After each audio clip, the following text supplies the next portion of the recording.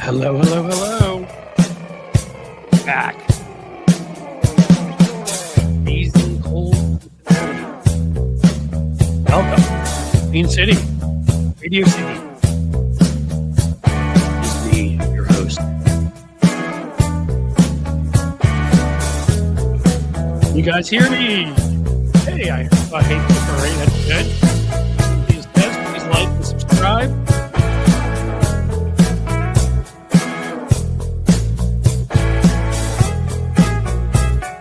Everything here tells me that you're hearing me. So you want to just see the, thumbs up. Oh, Veronica. Hero, if you will. Ronnie. I am active right now. This is not Dave. Yes, I am here. I am live. I'm in Cincinnati where it's freaking freezing. I went down to Sarasota for 2 days, visit my mom, who's in a little bit of ailing health. Please give your best wishes. And it was warmer there, a lot warmer. But they had their issues too. There was the red tide on the beach there, where literally you couldn't go out on the beach without coughing up a lung. I did a video, which I'm going to hope you're all going to watch later, because I took video walking along the beach. It looked like a fish funeral. I think there's even a baby hammerhead shark there that I got a picture of. I mean, it could be a nursing shark. I don't know. Maybe I'll put that up. Everybody can try to figure it out. But yeah, that's caused by billionaires. You may not know that. That's runoff from agricultural products, big agricultural monopolies who just don't care. Koch brothers are huge in that. Oil and that kind of crap. And sewage in our water, because that's good. So that's what we think climate change isn't bad enough. Maybe people, if they don't want to believe in scientists, will believe in the fact that when they're coughing and cannot breathe, that maybe there's something to that. In any case, we got to come back to, we were there to see my mom, so I'm not complaining at all. I'm just making the point that we're all in this together, because I don't care if you had $0 or if you have $15 million. If you're not a billionaire, you weren't using that, nobody was using that beach. You could have paid to be at a very nice resort there and be wealthy as hell, and they're still screwing you. The ones who've taken over our government, the ones who, I've got to get this out here with the Musk thing. Again, I just see someone asking, is it true that he fired Musk? I don't know, but his court filing says he did. As we know, a sworn statement to Donald Trump is nothing, right? What's a little perjury between friends? But in a sworn statement to the court, they said that Elon Musk is not running DOGE. In fact, he is not a part of the Trump administration. If you want, why don't we go right to the beginning here, and I'll give you the quotes so you'll know I'm not just making up some crazy stuff. Trump ally Elon Musk is not actually in charge of DOGE, White House says. President Donald Trump's billionaire ally Elon Musk is not actually in charge of the so-called Department of Government Efficiency, according to a Monday court filing, raising more questions about the operation that's wreaked havoc across the federal government and whether he is even a part of it. The sworn declaration, Joshua Fisher, the director of the Office of Administration, which is under Trump, obviously, claimed to have, quote, personal knowledge of Musk's status within the government. Quote, Musk is, quote, not an employee of the U.S. DOGE Service or the U.S. DOGE Service Temporary Organization. Anybody want to guess what the difference is between the U.S. DOGE Service and the U.S. DOGE Service Temporary Organization? That's the only problem here, is these people are so dumb that it's kind of hard to know what they're talking about. Fisher said, Mr. Musk is not the U.S. DOGE Service Administrator. Well, Donald Trump said that he introduced him as running DOGE. And now in a legal filing, I almost said the word firing there. In a legal filing, I did say the word there. Let me try this again. In a legal filing, they're saying that he's not running it anymore. What happened? Sounds like you're fired to me. Am I missing something? Somebody's saying it's legal BS. It may be. But legal BS, I mean, so far, even Trump appointees, we talked the other day about, when one of the many times that Scott Jennings has massively embarrassed himself on TV, where he said, "Oh, these liberal judges, they're all trying to destroy Trump." And then Abby Phillips sat there and said, to his face, like, "You mean the Trump-appointed judge that just rejected this, the Reagan-appointed judge that just rejected that, the George W. Bush judge that just rejected that, the other Reagan judge that just rejected that, and the other Trump judge that just rejected. I mean, these are conservative judges. They are saying that he is not running DOGE. Donald Trump said he was running DOGE before. So he's either officially been canned or unofficially been canned. It doesn't really much matter because DOGE isn't a real agency, as I've said before. It's the same as the Cliff Schecter Penn agency. Has as much power as that. The Senate hasn't created that agency, just the way it hasn't created DOGE. So it's not a real thing. It's a thing that he and Donald Trump thought was funny because they're dorks. And maybe all that spray paint that Donald Trump puts all over his body to be orange is seeping into his brain. So what's the deal? Is Musk part of this? Is he not part of it? Is he running it? Is he not running it? Up to you. But this is a legal filing in a court of law. If those still count for something in the United States of America, I don't know. I see Tony. We'll add him, get his opinion. Yeah. Court of law, huh? In the Musk Trump administration. That's something, huh?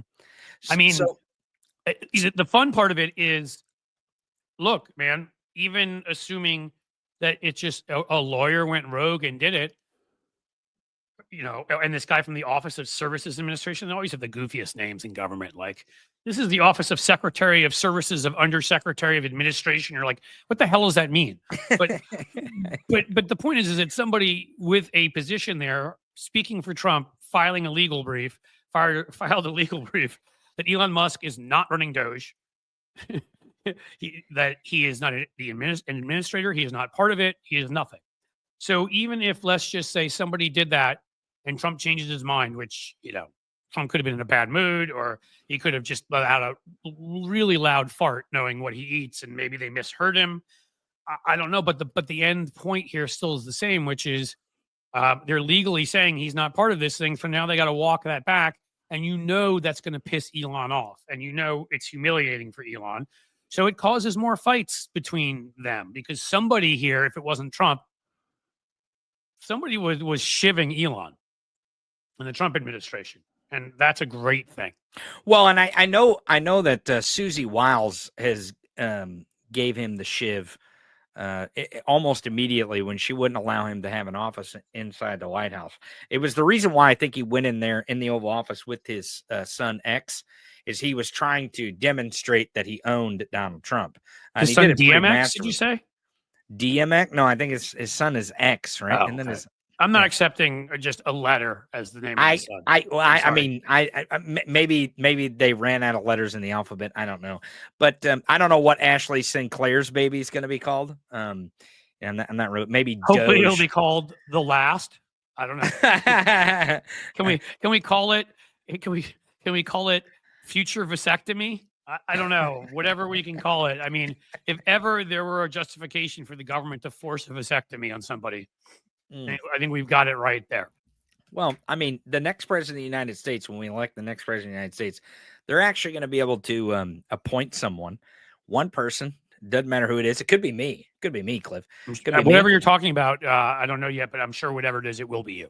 Well, it definitely will be me. It'll be like the Department of Government Get Rid of Elon department is probably what it'll be. And what I'll do is I'll use my unilateral power that has been afforded to me by the president of the United States, and I will send Elon Musk. First off, I will go through every single penny that he has ever spent or ever made. Well, you can't because there's no more pennies.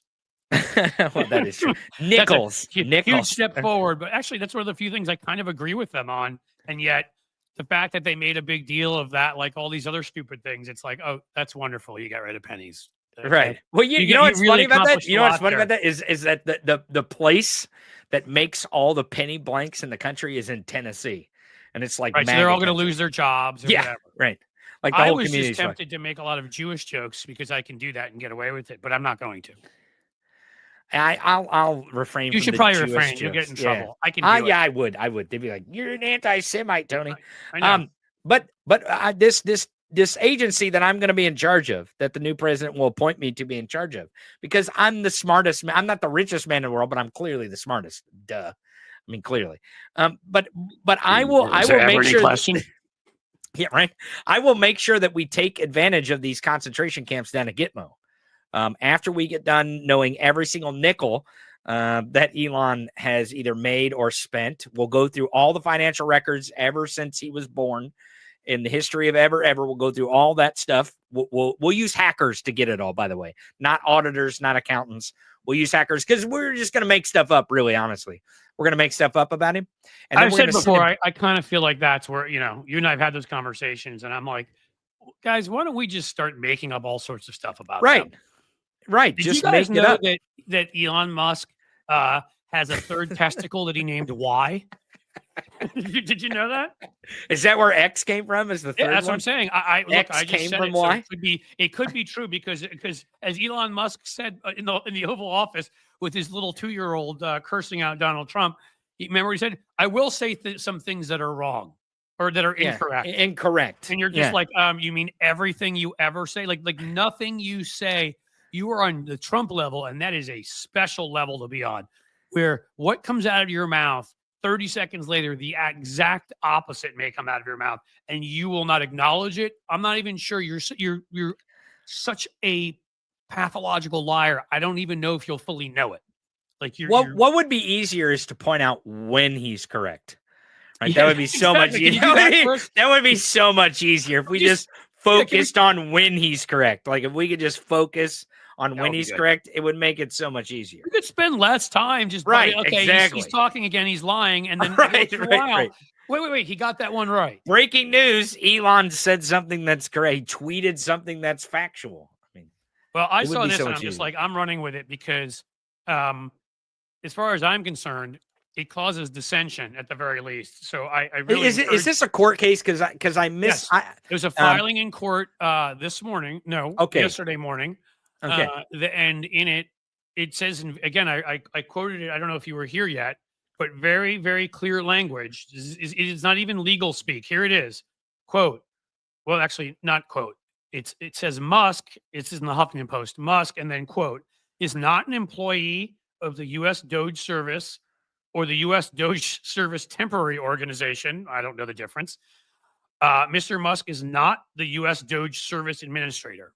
So he's not in it. Again, he's not running it, even though Donald Trump stood by him and Vivek Ramaswamy and said they're running this thing. Well, right, but the thing is, no one is, because it doesn't exist. Like you said, it's not a real thing. It's just. But he could have like his little fake thing and say, okay, this is a little this is my little group of friends, and I'm putting together this little group, and Musk is running it, even though it has no power and law. And like, how pathetic is that? Musk just got fired from that. Well, why didn't they committee that doesn't exist? Why didn't they do the whole czar thing? That's so much easier in our government to create czars. He could have been like the czar of stealing everyone's money, right? The czar of taking down Medicare. And let's not use czar. I think we should get into the whole spirit of our being at the end of our run here and call them Caesars. Well, I mean, czars is pretty good. Especially czar comes from Caesar, and that's true. Right. That was. Since we're coming to be the new Russia, we're like Russia 2.0. You know, Czar might be better. We also could go with Kaiser. That's also in German. That's czar. Mm-hmm. It's not so far from Führer. Right. I've been wondering because it's pretty clear that they want us to be more like Russia. I mean, they're kind of they're making it paving the way for Russia just to march into Poland, which Germany and NATO seems damn determined that they're not going to do. And I think that honestly, I think that leads to a nuclear conflagration. I'm not kidding you. I mean, I think because at that point, look, the United Kingdom and France, at the very least, out of the NATO countries, have nuclear weapons. And at that point, if they will not defend Poland, it becomes, they know this too, it becomes clear to Russia that there's nobody they won't throw overboard. Ukraine, as horrible as it is, was not in NATO. Should have been, but wasn't.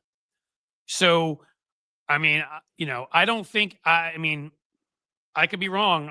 If Putin wants to live and wants, cares about anything, I don't know that he marches in there. Well, but I think Putin is, whether he eats an ammo sandwich or he gets his head chopped off or is hung by the people, I think Putin is pretty much finished either way. I think if he marches into Poland, he's dead within 48 hours. Oh yeah, by Russian higher ups who do not want to be duped. Right. Well, and I think I think the other thing too is a lot of people understand that Putin is in control, and that's not how kleptocracies work. It is the oligarchs that are really in control. They use Putin and they give him the power, and make him feel powerful, and let him use his hammer to meet their ends. Yes. Right.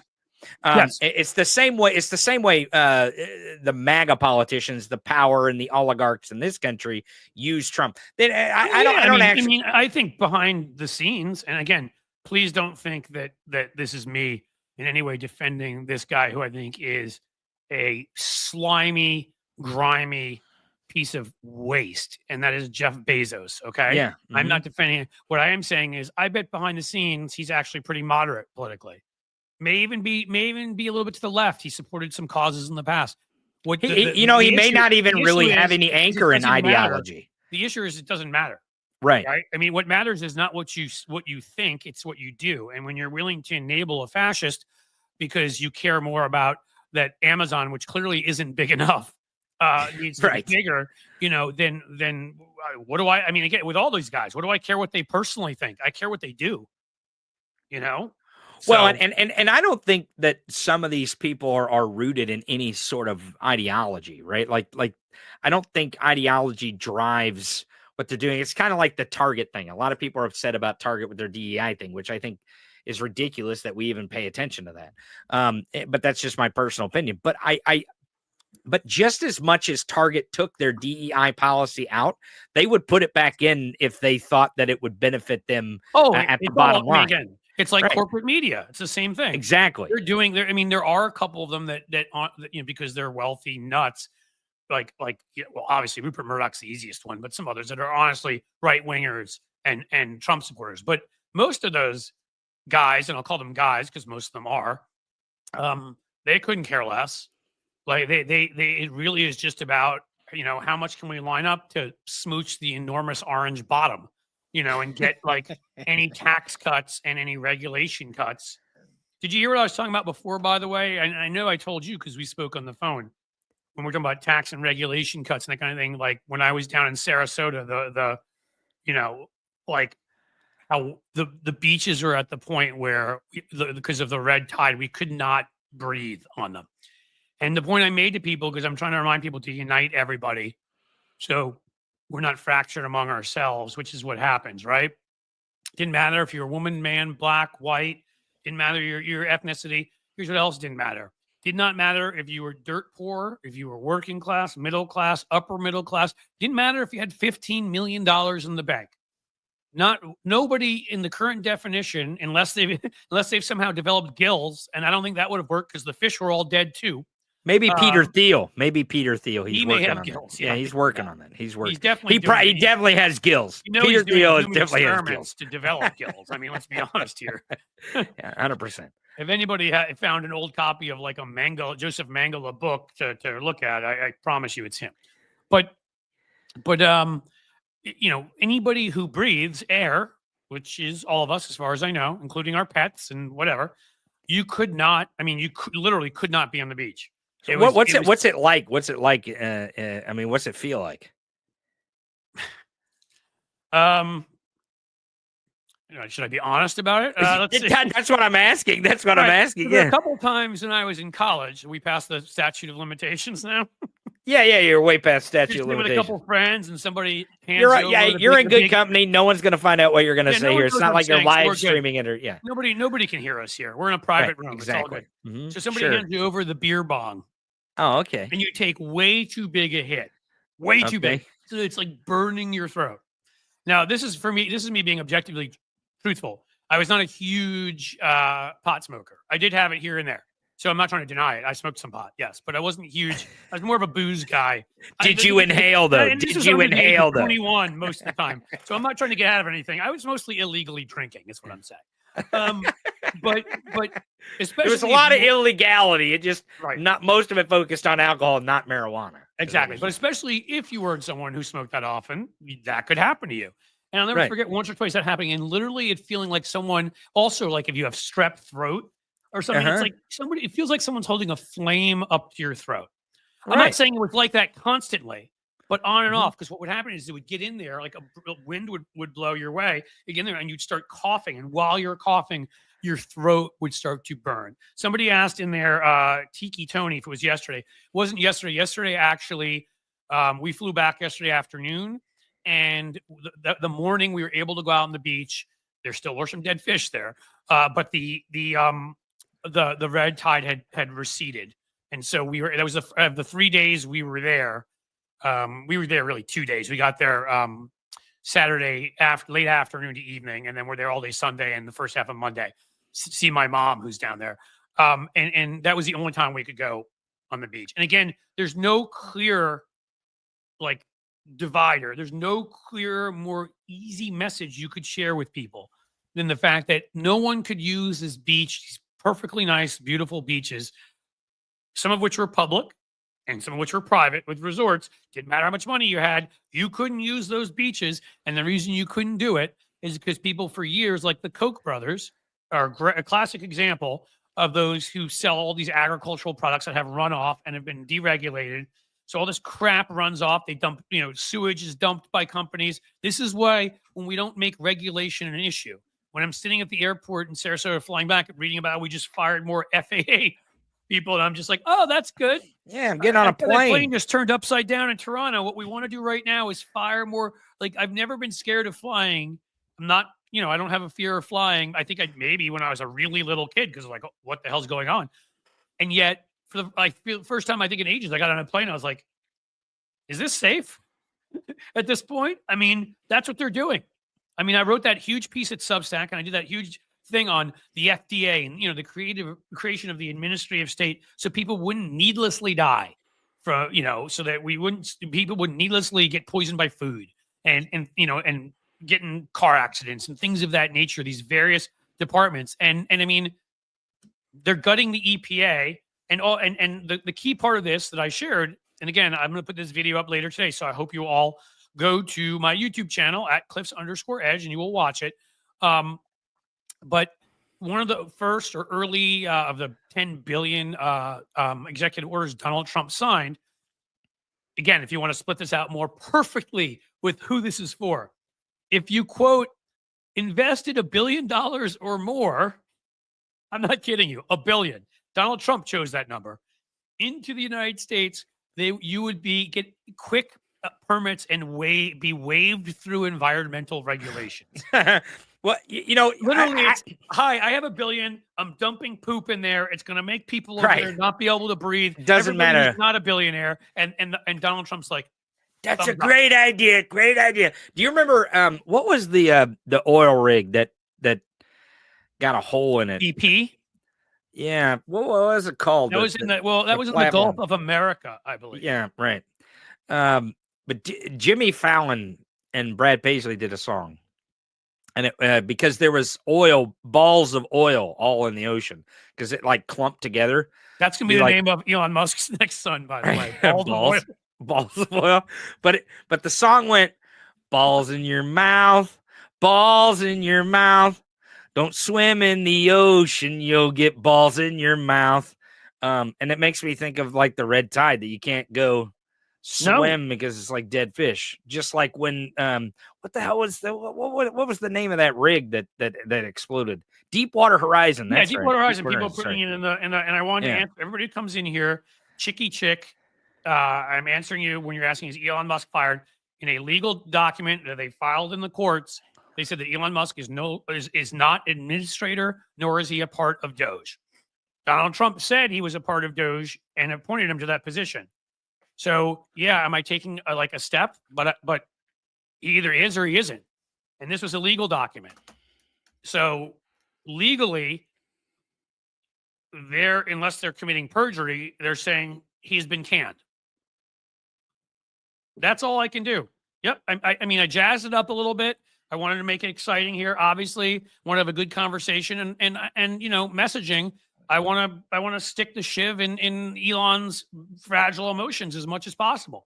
So this is what we should all run with. I mean, legally, again, if courts still mean anything in this country, which is an open question, but if they do, he was with them, and they've declared legally he is no longer with them. That's firing. I don't know what else to say. I'm sure they'll walk it back somehow, find some loophole, or do something. I don't know, but that's where we are right now. So I'm looking at Elon's Twitter page because I just want to see if he said anything about this. But he just retweeted a White House reality TV show video. They spent a lot of time on this apparently. And the White House put out a video. It's ASMR, illegal alien deportation flight, where they're chaining them up. So I want to tell you, I actually a flight where they're chaining people up and they're showing that. But yeah, I mean, yeah. Should we start showing some old what was the movie Amistad, where they're slaves chained on a ship? I mean, that's what it feels like. Like now I believe actually that this is not gonna help him, and the reason why is because people are actually gonna find out that they've spent so much time producing a fake video, because I think it's fake. I don't think it's actually real, because they're not showing chained up video. Yeah, it's probably fake. It's not real. They staged it. They staged it. It's not real. Assume everything they do is yeah. Well, we're gonna find out that Barack Obama deported more people than Donald Trump. I bet that we find out that Barack Obama, in any 90 days that you take of his presidency, and the reason why I say Barack Obama, because that's much more effective than Joe Biden. This is how you get in the grill. I bet any 90 days that you pick out, consecutive 90 days that you pick out of Barack Obama's presidency, it will be he deported more people than Trump's first 100 days of his second presidency. Oh, I mean, they used to do some of those comparisons with his first term, and it was always that way, right? Right. I mean, always anything, whether you thought it was good or bad, that Trump said he was going to do, Obama, Clinton, after that Biden, did more of whatever that thing was than Trump did. Obviously, unless it was some overt racist statement. But when he said he was going to do something, you know, like some policy action, because Trump, again, he's too lazy. He just doesn't do anything. I mean, it is hard to stand up when you've got 4 bags of cheese doodles on your chest. You ever try that? I mean, that's not easy, Tony. That can weigh you down. It could. I'm actually scanning through Elon's Twitter feed here, and it's. So has he reacted to it? Well, I'm trying to find it. People should taunt him. It's just interesting. Fired, you're canned. You're a loser. You're gone. It's just interesting that a lawyer, an actual professional who actually, you know, has some sort of credentials, that wrote this memo, right? That wrote this memo that you're talking about. Because Elon clearly does not have any professional, credible credentials. If you look at his Twitter page, it's worse trash talking than mine. And this person is supposed to be responsible for our data and our social security numbers and the money that we paid into the government. He's trying to get into the Social Security Administration now. Right. One of the people already, and again, I wish they would stop doing this, because I get why they do it. But these people that resign, yeah, they're heroes. But why don't you stay there and fight? Right. You know, like this person, the Treasury, was the Treasury or no, at the IRS, because he's trying to get the taxpayer information, and whoever it was, one of the high ups there, said you have no right to do that, and was like, well, fine, I'm resigning. No, stay in their way. Like, I mean, the whole point is we need you there. If you're somebody who believes in laws and the rule of law, and believes that this guy, who, again, I mean, let's take this back a couple levels. He always was the leader of a fake agency with no Senate power whatsoever and an unelected official. He's now the fired or let go or ignored, you know, non-leader of a fake agency and an unelected official, which means the fact that he has not yet been, I don't understand how he hasn't yet been arrested. There must be some way, even if Trump controls the DOJ, I would think when he did not allow, when he would not allow Jasmine Crockett and Maxwell Frost and some of them into the building to do their oversight, which they have a right to do as members of the oversight committee. Congress has the right. Why the Capitol Police didn't arrest him, or I mean, there, again, like there's got to be somebody out there who will arrest this man. He broke the law. He was a private citizen. He wasn't even a member. Apparently, according to them, in a court of law, he wasn't even running the fake committee he said he was running. So it'd be like, what? Can I just walk into the Treasury Department and break into stuff? Of course not. I'll be thrown in prison. What right does he have to do that? How can he do that? What the hell's going on? Well, the other thing too that I think a lot of Americans are missing here is that Elon Musk doing this, regardless of what you think about the money that because if he was going after all the money that was going to go to the rich people, maybe we'd have a different feeling about it. But I don't know that I would. And the reason why is because this is taxation without representation. The money that they're saving, they're not actually saving that money. It's not like they're going to write us a big check and send us the check. Right. The money that they're saving. That's all nonsense. And they're probably not even going to stop the appropriated funds. And the reason why is because they at some point they have to write that check because it's in the law. So the courts may make them write those checks. Those agencies may not have a choice. They may not be able to listen to Donald Trump or Elon Musk. They may have to actually issue the money because it is appropriated funds. But it is taxation without representation, meaning they are still taxing us. They're taxing us without the representation of us. And what I mean by that is we vote for Congress. Now, whether you like it or not, whether you like how they're appropriated, whether you like how the budget's done, whatever you want to bitch and moan about in the budget or how it's wasted or whether it goes to rich people or poor people, however you feel about it, that is how representation works with taxation. That's why our government is set up that the House of Representatives has the purse is because of, I don't know, there was like a king somewhere and we threw tea off a boat and like people were mad that they kept taxing us and we didn't get a say in anything in those taxes. It's almost like we're back at that point that now Elon Musk can go in and loot anything he wants from the federal government without our representation. And he's gotten like his own he's just so patently dishonest. I mean, people like that are just so fundamentally dishonest. During that time, he has gotten a number of contracts from the government worth hundreds of millions, I believe. And it's like, so he's cutting everybody else's money. He stole $80 million out of a FEMA account in a New York bank. He's doing all of this stuff, and yet somehow it's okay. I mean, is such a, this is what I worried about when Trump won, and of course, if Trump, the first time, and if Trump won again, is that all of the worst people in the world were going to be emboldened by that. MAGA has become a movement. As I said before, it's flypaper. It's like it's like when there's aliens who can only spot each other and don't see anybody else. Like they can spot each other. Like they're psychotic. They're sociopathic. They're narcissistic. They're sadistic.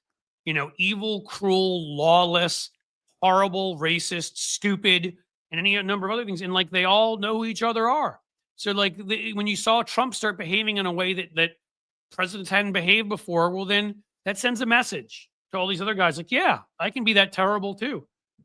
I'm letting in quickly. I've got a good pal of mine and a great writer, and you'll like this, Tony, an avid Substacker, if you will. Oh, okay, good. Yeah, I'm Jonathan Larsen, who's here. Hi. Nice to meet you. Jonathan's here. That's Tony Michaels, who's also gotten into the Substack thing lately, and actually convinced me to join Jonathan. And we're going to talk to Jonathan a bit because he's been killing it on Substack on the leaderboard. Woo! You are, dude. The coveted leaderboard spot. That's and great. I have to at least at one point say the full name. They may demonetize me, but they can go to hell. I have to say the full name of his Substack, which is called The Fucking News, which I love. Jonathan, I subscribe and I get your newsletter, and so everyone should subscribe. That's everyone should subscribe. Seriously, Yeah, Jonathan's brilliant, great writer, smart guy, funny guy, and And what's better name than the fucking news? Thank Right? you both. It works on so many levels. Yeah, It really does. It does. I'm Especially sort of right jealous now. that I didn't think. I mean, I may have to have a subsection, on my Substack, like at least a weekly thing that somehow curses just egregiously to feel better about myself now. I do a show 2 hours a day just to get all that out. Yeah, I know. Get The all that problem, out. you're lucky though. Again, and I do think you're lucky. I almost wish it's not enough money. I wish they would just demonetize me at YouTube so I could say whatever the hell I wanted to say. But because they do pay me, I can't. It is kind of fun that I'm demonetized because it frees me. Like I don't have these shackles of, if I say this, that, they punish me monetarily. So when I don't have that fear of money, I can just say whatever the hell comes to my mind. And it works out pretty good, I think. Yeah. Well, I'm not getting into details yet, but I should tell you all that Substack may be the main place I start doing live streams from. We'll see. I will still stream to YouTube. It just may become a matter of, oh no, they demonetized me. Because I've got a major launch going on next week. On Tuesday is the tentative date. And I'll go into more details as to why it's a major launch when I'm already there. But we'll wait. We'll get a little bit closer to go time before I go into various details. Congratulations.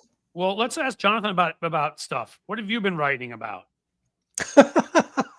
I write about many things. I actually have, so I do TFN, as we call it for the family audiences. I do TFN for, that's a weekday morning newsletter, but I also do original reporting on the Jonathan Larsen Substack, which is just my name, .substack.com. That's family friendly. I had people say like, could you do your like real reporting on a site that I can actually share it with people? So I did a bunch of stuff on the National Prayer Breakfast earlier this month.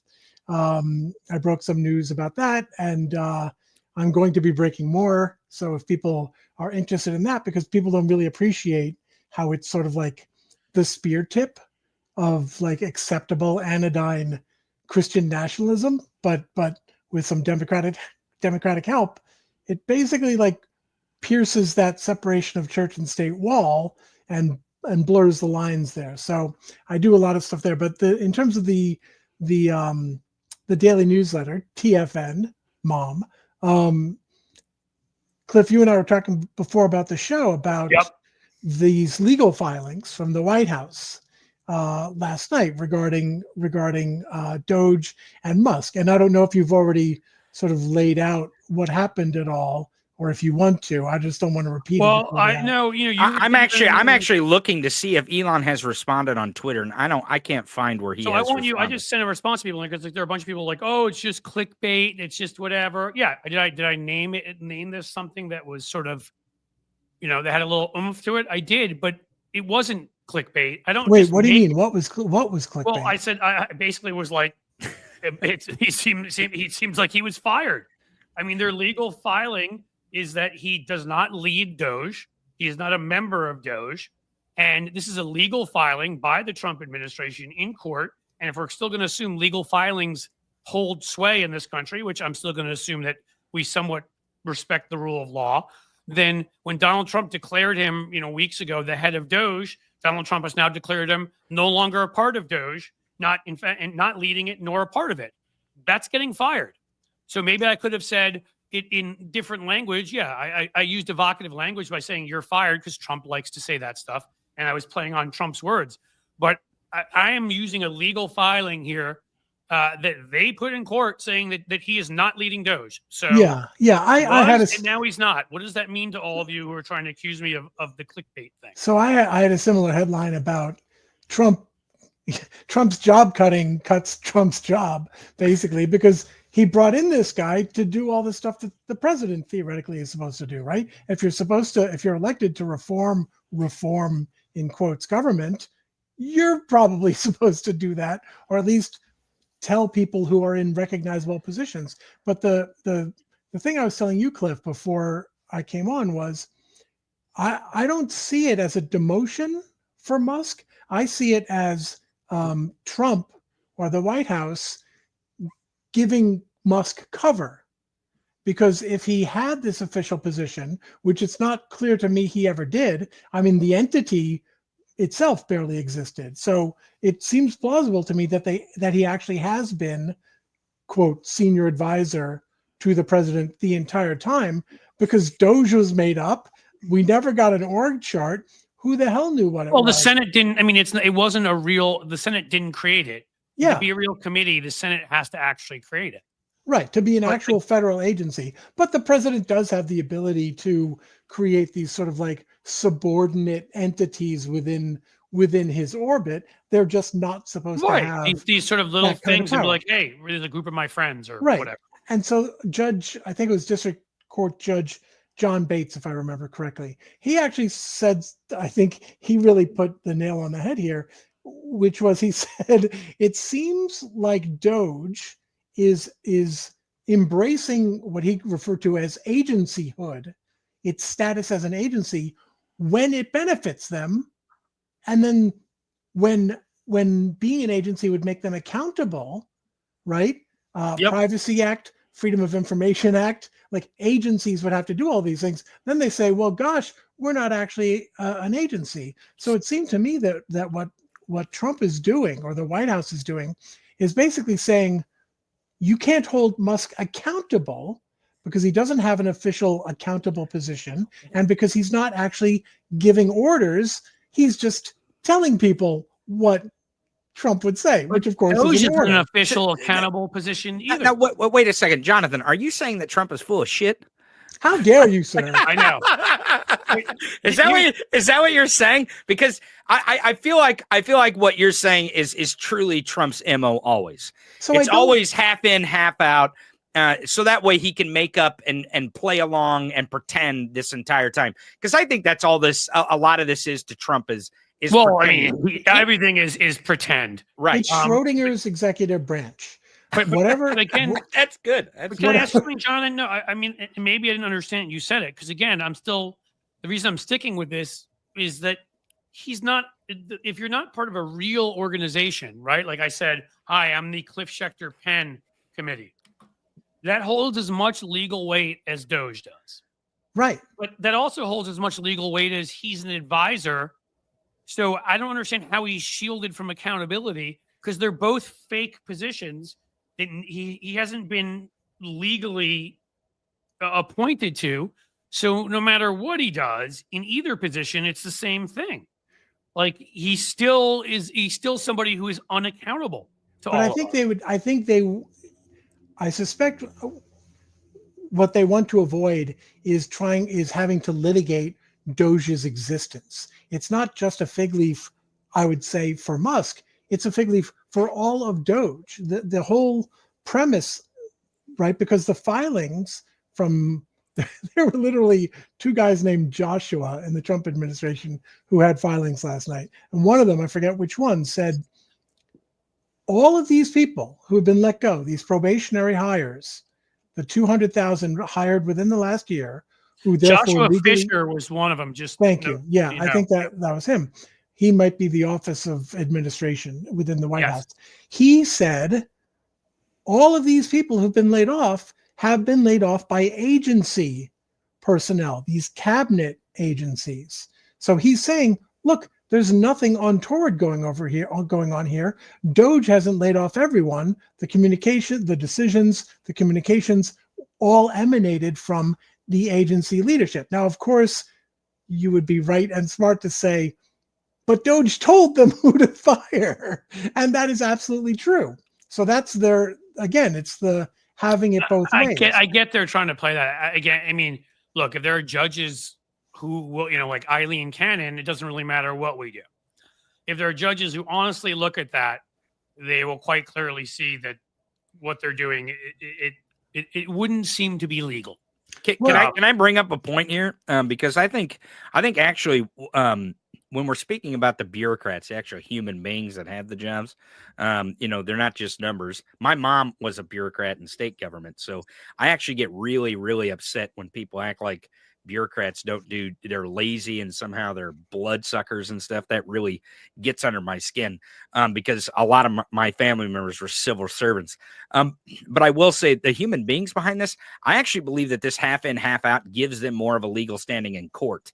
It feels like to me. And the reason why is because if it's obscure of who's actually firing them, because there's been multiple reports, and you've probably seen this, Jonathan, there's multiple reports of these agencies sending emails, and one will be, at 9 a.m. and by 9:30, there's one that says the exact opposite. And by noon, it's saying something totally different. So they're like, do I have a job? Do I not have a job? Can I log in? Can I not log in? And all that mixture, all it does is bolster a class action lawsuit against the federal government. To me, I think that's where this is all headed. And I believe that Elon Musk is going to be locked in court a long time because he's the one grandstanding. And there are tons of lawsuits against him already for all of this stuff. So again, they can play these legal games that they're playing. But the point is, he was a private citizen. He broke into the Treasury Department. He broke into let's just say the payment system, one of the most secretive parts. He pulled $80 million out of a bank in New York. He's done all sorts of things. And, well, as you know, I guess I'll use the word allegedly. What he has been accused of, all of that, right? Seems like it's happened. We know. Well, he hasn't. I love the layup at the end. By the way, I love the layup at the end. Well, you know what? I mean, because I don't.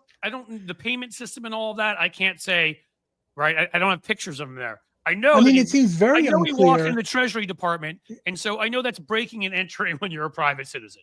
All right, like you cannot do that, and he demanded it, and he did it. So the truth of the matter is that they can throw out all the little half justifications and make him part in, part out, this, whatever. He has broken the law. Okay. If I walked in the Treasury Department, demanded my way in as a private citizen, started playing around with stuff in there, and if either of you two did, all three of us would be sitting in jail cells right now. So, sure, but ultimately someone let them in. Someone made the decision. The guards stood down. They let them in the building. So, but that doesn't mean they had the legal right to. Sure, Musk walked up to them and demanded it and threatened them and said, "I'll have your jobs," and God knows what else. Like, sure.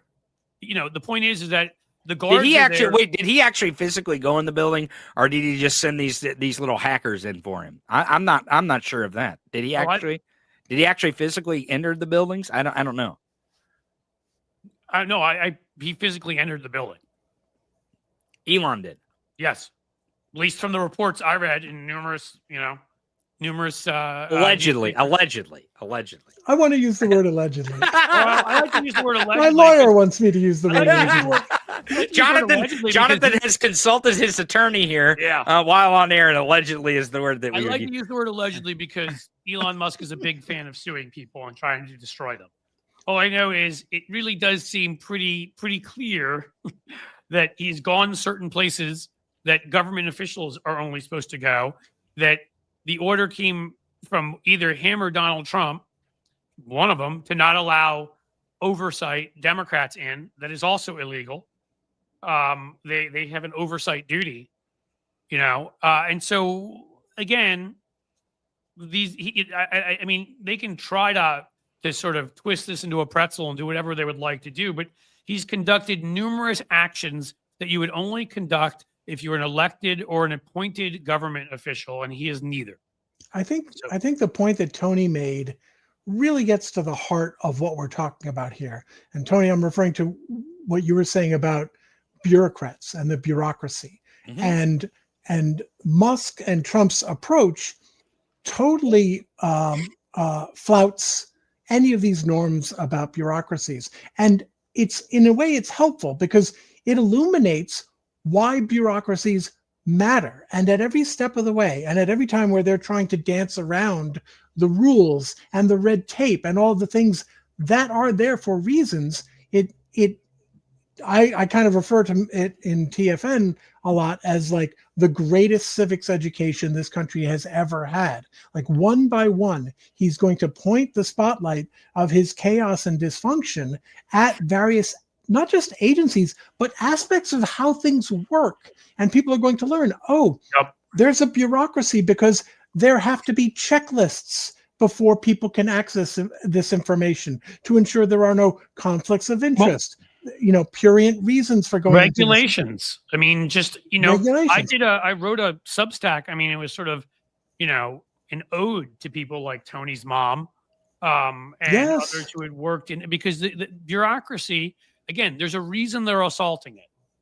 Numerous reasons. One of them is clearly because they want to save money that they want to pocket, right? But another one is when we talk about those institutions of democracy out there, and often you'll say institutions of democracy, people are like, which? I don't know what, they don't know exactly what you're talking about. People, there are different lists. I think everybody would put a free press, which the corporate press has failed us. Everybody would put a judiciary. A lot of them have failed us because it's been packed. Separation of powers. I mean, the House has literally given up any oversight role whatsoever. The majority of it. What's his name is busy monitoring his son playing with his joystick. He's not busy monitoring. Allegedly. I just said playing with his joystick. The kid likes video games. I don't know what you're talking about. Okay. But the bureaucracy, and again, a lot of it came about with the creation of like the modern state in the early 20th century, progressive era, under Teddy Roosevelt. The good economic stuff, some of it also under Wilson, who was a horrible racist and should be hated forever for that. But economic stuff was good, and FDR, and the point is that I on a couple of occasions did some work with the State Department. I did work here. I wrote, was the comms director for the Ohio Treasurer here, and I will tell you, these are people that go in because there's political people and non-political people.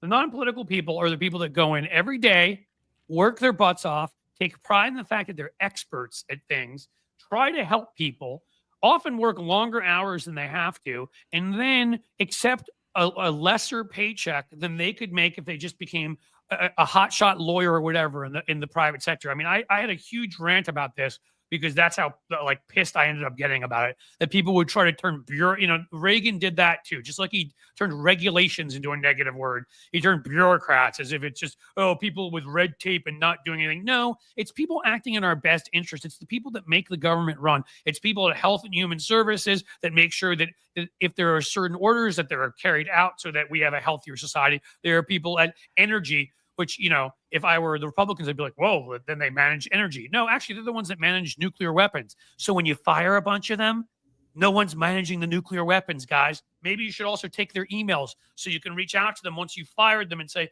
can you come back? Because we've got nobody here managing nuclear weapons. There are reasons for the existence of these people. Could you go through all of it and say, we could cut a few percent. It may be a little bit bloated, and cut that few percent based upon maybe things that technology made no longer necessary, or that times changing made no longer necessary. Sure. But when you do a blanket cut somewhere, you're an idiot. It means you're not paying attention to the specifics. You don't care about regulation. You don't care about good government. And when you demonize bureaucrats, you're demonizing some of the best people among us, and you suck. That is my take on that. I will say I feel like Democrats, going back maybe even decades, really should have judoed this issue a lot better than they have. For the most part. Just this one? This is the only one. Everything else, no. Right. Mm-hmm. Everything else, You're perfect. You're perfect in everything else. They did perfect. Yeah. But the reality is that bureaucracies and hierarchies and regulations and red tape, those are all tools, right? And no one goes, wow, hammers are terrible, right? It's what are you doing with the hammer? And the reason we have all of these tools is because there are tons of different constituencies to serve, right? Racial justice, how are people being screwed over based on race under environmental regulations, right? Among any other things. And what Democrats could have, should have done for decades is to say, the biggest problems with our bureaucracy and our regulations are that rich, powerful corporate interests have managed to seize control of some of those tools, right? We all know what regulatory capture is, right? That's right. Yep. That's right. Agency after agency is actively helping companies. Well, what can we do to help you out? Like, the only agency that isn't implicitly, explicitly let me help you out with the companies that they're supposed to be policing is the Labor Department. They get told, you're the referee. Right. Commerce, even the IRS is on the corporation side. I'll tell you, like, who needs a reach around over there? I just got demonetized. Probably. Allegedly. They may not know what Allegedly. that means. Yeah. The AI may not get that. We'll see. So I'll tell you the set of people who hate red tape more than corporations. It's bureaucrats. Bureaucrats actually hate the red tape. They don't like the red tape. And the reason why a lot of times they don't like the red tape is because it prevents them from doing their job as fast as they need to do it. But it's the law, and they're bureaucrats, and they work for the government, so they have to follow the law. A lot of times the bureaucrats, they're standing back saying the laws are ridiculous. The laws are ridiculous. It actually ties our hands to either regulate an industry correctly or help corporations get in a position where they can more affordably regulate themselves. And again, we are a product of ourselves. We are a democratic constitutional republic. And because we are a democratic constitutional republic, we elect people to the United States Congress. We're a republic, not a democracy. I'm just right. Even we are a republic, and we are a democracy. They're just stupid. Go ahead. But the thing is that those appropriated funds come because of who we voted for. That's how it works. Or didn't. Well, correct. Or if we stayed home in large numbers. It is a direct result of our action or inaction, whichever way you want to see it. Now, if you don't like the red tape, if you don't like the bureaucracy, if you don't like the budget, if you don't like condoms going to wherever, then you need to think about who you're voting for and what their votes were when you had them employed as your congressperson. Because I get really, really sick of hearing about term limits, because I'm like, they have term limits. Every 2 years we get to fire them, and we don't. I don't know why we don't. It's not even just that. It's not even just that, dude. If you have them, and we have them here in Ohio, all it becomes is a merry-go-round, right? If they were to set a maximum number, and then, I mean, again, there's arguments for and against term limits, because sometimes some people would say when they get pushed out too soon, lobbyists take over because you have inexperienced legislators. That's why I tend to like, I might believe in term limits, but I think I give them more time there. But I don't want to get into all that. But what I want to say is, here in Ohio, for example, you can run for the state house for 6 years consecutively and the state senate for 6 years consecutively. So do you want to guess what they all do? Think tanks for a couple years. 6 years in the state house, 6 years in the state senate, 6 years back in the state house. I mean, it doesn't solve anything. Right. And so I want to say something really that I've been itching to say, to respond to what Jonathan said before, that I think was one of the most important things, is that, yes, it's not like Democrats have been doing in the past, did a great job on other stuff, but a lot of this stuff if you understand, and I'm going to go back to my hobby horse here, if you understand how to message things, that if you make things actually, if you don't leave them bloodless, if you humanize them, if you make them about people, the fact is that we're watching, the FAA has been cut, planes are crashing. All right. The EPA gets screwed. I'm walking on the beach the other day in Sarasota with other people. We're coughing up our lungs. The point is that when we allow these places, instead of allowing Reagan and all of them to just say, well, regulations and bureaucracy, we should have said, do you mean life-saving measures that make sure people don't get in plane crashes and die, don't suffer respiratory illness because of what these rich bastards are dumping in the water? Made a list of things like that, and then held press conferences and brought forward the people who were suffering because of their deregulation. We should have humanized it. And we should have messaged around the fact that this isn't regulation. This is a modern society where we're trying to stop you from getting ill and dying. And apparently that's what Republicans want, because it allows their billionaire friends to get richer. It's really not that hard if you try. We just crouched forever. And some of our leaders, again, that's why I call it the Reagan crouch, that some of the and I don't like to make it a generational thing, but it really is that boomer generation, and even maybe the first half of Gen X. And I'm Gen X, but I'm the second half. I'm young enough that my memories of Reagan are barely like around Iran-Contra and all that. So his supposed magical powers and charisma never scared me. and the popularity of supposed conservative policies never scared me. And we've had people forever who just can't get it out of their minds that like the right has been falling apart for a while now. And if you just would stick that final, whatever in, I don't know. Allegedly. Allegedly. I get accused of something by YouTube if we'll be like, you can't advocate for the murder of. In any case, point being, if we just finished it off and started to tell stories about how everything Republicans were doing was hurting people. Instead of worrying about bailing out banks and everybody in 2008 right away, maybe tell some of the stories of people that lost their homes and were starving. These are things because of deregulation of the real estate industry, of the banking industry. These are things we've never done. We're maybe starting to now. I'll end this little rant with a good friend of both Tony's and mine, Sherry Jacobus, has proposed what should just be obvious, which is that you should get Pete Buttigieg, who isn't doing anything right now. He's always doing something. He's always he's doing something good, but doesn't have an official title. Call him the Democratic press secretary, put him outside the Capitol or White House, give him a staff, pay for it. If this new DNC chief wants to be different, here's something you can do. And let one of literally the best debaters and best people on their feet in the Democratic Party go after them every single day on the garbage they're doing. Message this every day the way the Justice Department under Merrick freaking Garland every week should have been messaging what was going on, what had happened on January 6th, and using words like terrorists so people would never forget what happened that day. And we don't do it. And that's what we didn't do with regulations.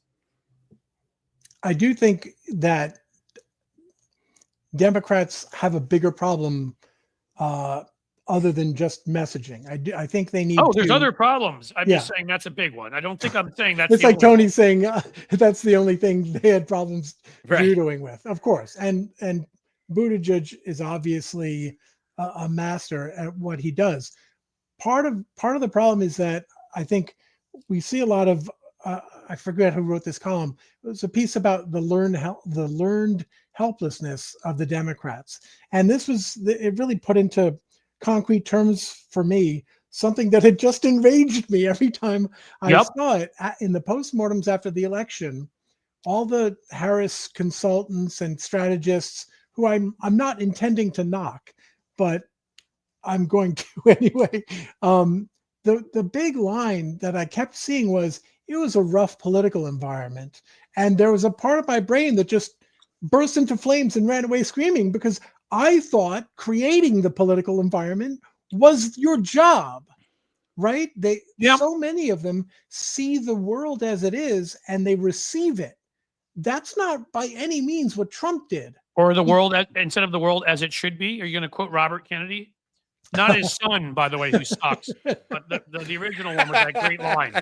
What about the brainworm? Can you quote not his the son brainworm? who's somewhere chugging unpasteurized milk right now, wearing a whale head and allegedly. Look, the Democrats have a real problem in that what the Trump wing of the Republican Party, by which I mean 99.8% of it. Every Republican except Lisa Murkowski and Mike Pence, of her. But the narratives they offer are very simple, right? And you're seeing these stories already about people who voted for Trump and were like, wait, I didn't know that. Right, because you listened to the simple thing and you didn't do the work. The problem that Democrats have is that they need to sell something that's complicated.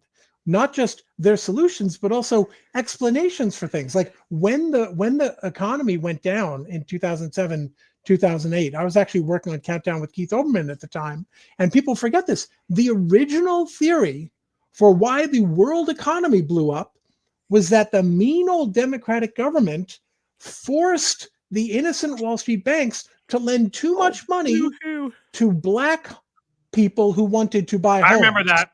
They always have to find a way. It's like they let poor black people, and this is their words, not because mine. We know how they let poor black people buy homes. Right. Damn them. We know how much economic clout poor black home buyers have, right? They would obviously be able to drive they control a domino the market, clearly, across they set the the terms economy. of debate. The real answer was pretty complicated because they've spent decades complexifying our financial system. So now you had derivatives, which what the hell is that?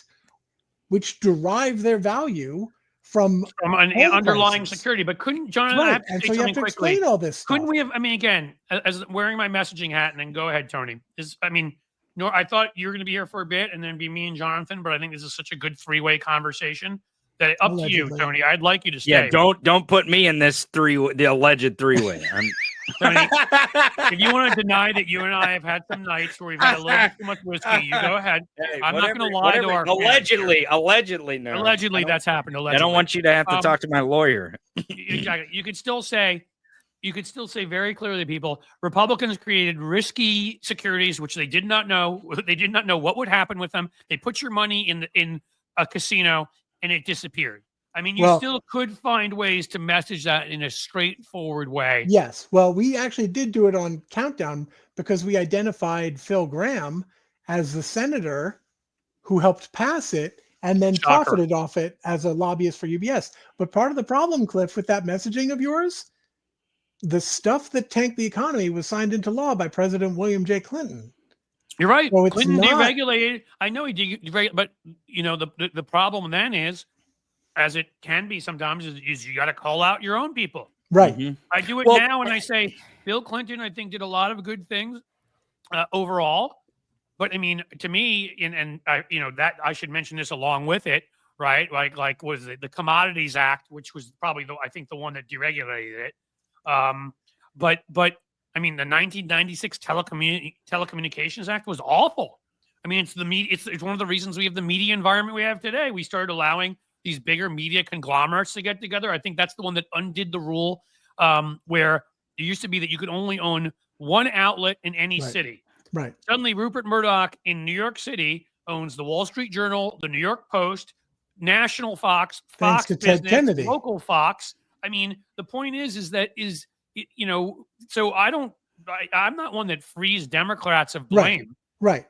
But it does make it a little more tough for the Democratic spokespeople to then tell that story. And besides which, it's not enough to say, oh, this bad piece of legislation got through. Then you have to look at, well, why? What was the story we were telling ourselves about that, right? And it wasn't the Commodities Act, I think it was the Commodity Futures Modernization Act. And that's what it was. I just couldn't remember the rest of the name. Yeah. But that's important. Modernization was the story they were telling us. Gosh, Wall Street can't compete anymore. Really? With who? Like, I mean, right. Whenever they tell us they're modernizing reform, anything, modernization, it's like, right. We want to modernize Social Security, right? Yeah. When they want new ways of thinking about this stuff. No, we truly do not. We have seen it work. Right, we know what success looks like. We know we saw a model for white people of increasing economic justice. All you had to do was increase that beyond. You don't need modernization or reform or new ideas, any of that stuff. And Democrats have yet to get past this message of, oh, we have to let the job creators create jobs, and the business leaders, they should run for office. We let them control that messaging again and create everything around our culture. Who are the right people to run for office? As you're suddenly qualified because you're a billionaire? Right. No, you're not. Right. My job was to extract money from society, so therefore now I should be in charge of making sure everyone in society is served equally. The only position outside of having actually served in government that I would argue that you can say that to some degree prepares you to a large degree to be president is you could argue someone like Eisenhower, because when you're commanding the Allied forces, in D-Day, I think that's a pretty big logistical nightmare, and there's lives at stake. And I think you can make an argument. And again, who the general is matters very much. If it's General Flynn, and not so much, Even there though, like Eisenhower got to succeed in situations where everyone had to listen to him. Like that's not the job of government. You're right. I'm not saying it's perfect. I'm saying to me, it's the only one where I feel like you could say I have relevant experience. Right. Being a corporate leader or billionaire, whatever, is not relevant experience to government. It's just not, and we've allowed it to become that. it can be a part of it, of relevant experience. That I've been in the private sector. Great. Right. It's not disqualifying Right. necessarily. What else have you done? Right. Well, but they have concepts of plans. One more thing before I go that I just want to throw out there. Oh, now you're leaving you, SO. Yeah, I'm out of here. I'm out of here allegedly. Sorry. Damn it, you beat me to that. You So I'll tell you, if everyone out there wants to know the reason why Democrats suck. Yeah, we don't it's suck. No, we suck. No, we suck. No, we don't. Here's what I'll say. Because we have all the right policies, right? We have all the right ideas. We're the most intelligent. You know, we're so academic and intellectual. We got all the data and we know all the facts. The one thing that we did that destroyed our ability to really gain the great American working class on our side is we left the kitchen table and we conceded it to Republicans. We conceded that kitchen table with language like universal health care. We conceded it to them with universal pre-K and messaging like that. If we would have said things like Americans don't want to go broke because of a doctor bill. Americans are struggling to pay their electric bill because the electric companies are gouging them. If we would have messaged to their table, right. If we would have messaged to their table instead of fancy phrases and focus grouped words that they put together, like universal, we should never say that word ever again when it comes to policy. We should dump that word. It should be a bad word. And it's not because it is a bad word. It's because the Republicans did such a good job at destroying it because we let them.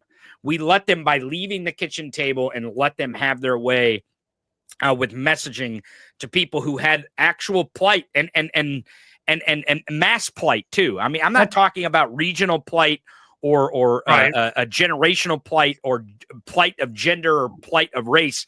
I'm talking about trans people really give a damn about how expensive their groceries are. Like that, like they really care about that. And trans people really want us to have national discourse on how to lower prices. They don't want us putting targets on their back about their genitalia. If you go talk to trans people, they will tell you, I want people to stop talking about that because it puts a target on my back. I would much rather you have an argument about groceries and my rent price. Like that's the thing I'm struggling with. That's the thing that's going to help me actually make it to my Can I say something table. quickly, Tony? Yeah. Again, these are all related to each other. There's more than one problem. There's multiple problems as we've been discussing here. And backing away from some of that, but messaging is absolutely one of them. As you're saying right now, it's letting a certain, once corporations started grabbing certain Democrats, that was a problem too.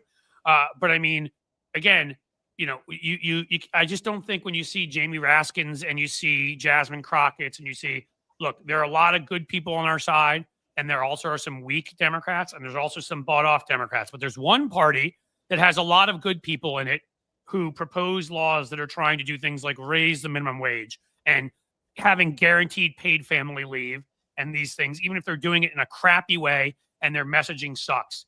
And there's one party who wants to right now rob Social Security so they can give themselves tax cuts. So I think that's important. So let me say it another way. Republicans are full on fascist. Democrats are standing around debating decorum so much that they couldn't spot a fascist if it sat on them. The truth is, and I'm only loyal to the truth, and the truth is that our democracy is hanging by a thread. Well, that part is true. And that's the problem that we have. The problem that we have is not left and right and left, blue and red. The problem is that we're not playing on the correct teams. We're not looking at this in the correct way. And I know I pound this drum every day on my show, and I will continue to pound this drum because I believe it to be true, because I come from rural Missouri. I know people with this plight. I know people who voted for Trump because of egg prices. Literally, that's why they voted for him. And they're disgruntled now. And it's going to get worse and worse and worse. Right. But we didn't have a messaging. Not only did we not, there are a lot of errors there. Part of it is we did not have an apparatus to reach people. I'll just say in 2 seconds, I drove to work. I drove my 10-minute, commute to this office this morning. I either usually put on some obnoxious hard rock or heavy metal to wake me up because it's cool, or I listen to this show here, Kid Chris, because he's funny as hell. I was listening to that. I hit 5:50 a.m. by mistake. And right before I got in my car, I've got somebody telling people that what a great job, these right-wing talkers telling people what a great job Musk is doing and all of them cutting inefficiencies like nobody else has before. And, when you look at stuff like the $10 million we spent for circumcisions in Guatemala, that's what this a-hole said. And again, if you can't respond to stuff like that and reach people who are being lied to like that, some of it's our fault because we abandoned some of those communities. Some of it's our fault because we refuse to use power when we have it. I've gone on that thing forever. The filibuster, not constitutional. The debt ceiling, not constitutional. And we've never just sat there and said, no, you're not going to hold us hostage because it doesn't exist in the Constitution. Screw you. There is no debt ceiling. We have to pay our debt. That's what the Constitution. And so it's more than one reason. I know you have the thing you hit on constantly, Tony, and I do believe you're correct, and that's one of the reasons. But I also think that we've failed in a number of areas, and I also think that there's a group of, I'd say, 50-something and under Democrats right now who, instead of the 80-somethings, are doing a lot better job. It's just, will they be able to do it in time? But there are people that get it. They get how to message, they get how to mock the other side, they get how to respond. They're still playing in an unfair terrain because they do not have the messaging machine the right has. And you have to acknowledge that as part of it. Your neighbors are hearing it on their local talk radio. I bet there's a Sinclair TV station there. They're hearing it on Fox News, and all of that. And we have none of that, So I do think that has to be part of the whole thing, if we're going to be fair. Does that make any sense? Allegedly, and I agree with you. I think the brainwashing of America has happened, but we as liberals, and I don't mean Democrats, because I that's one thing that I think Americans hate more than anything is people who are really involved and really focused in on politics. They talk about parties because they really don't have an allegiance to a party. There may be some sort of generational allegiance to a party, like my grandpappy voted for Republicans, so I vote for Republican. There's that association, right, that they have, but they have no allegiance to a party. They're not card-carrying Republicans or card-carrying Democrats, and they kind of get tired of that back and forth. Really, honestly, Americans don't understand ideology because the majority of people who voted for Trump, if you went line by line by line, they would be a lowercase L liberal, and they just don't even know it. They have no clue because they don't know the difference between conservative and liberal. They just don't. Right. But that's not Democrats' fault. That's not Republicans' fault.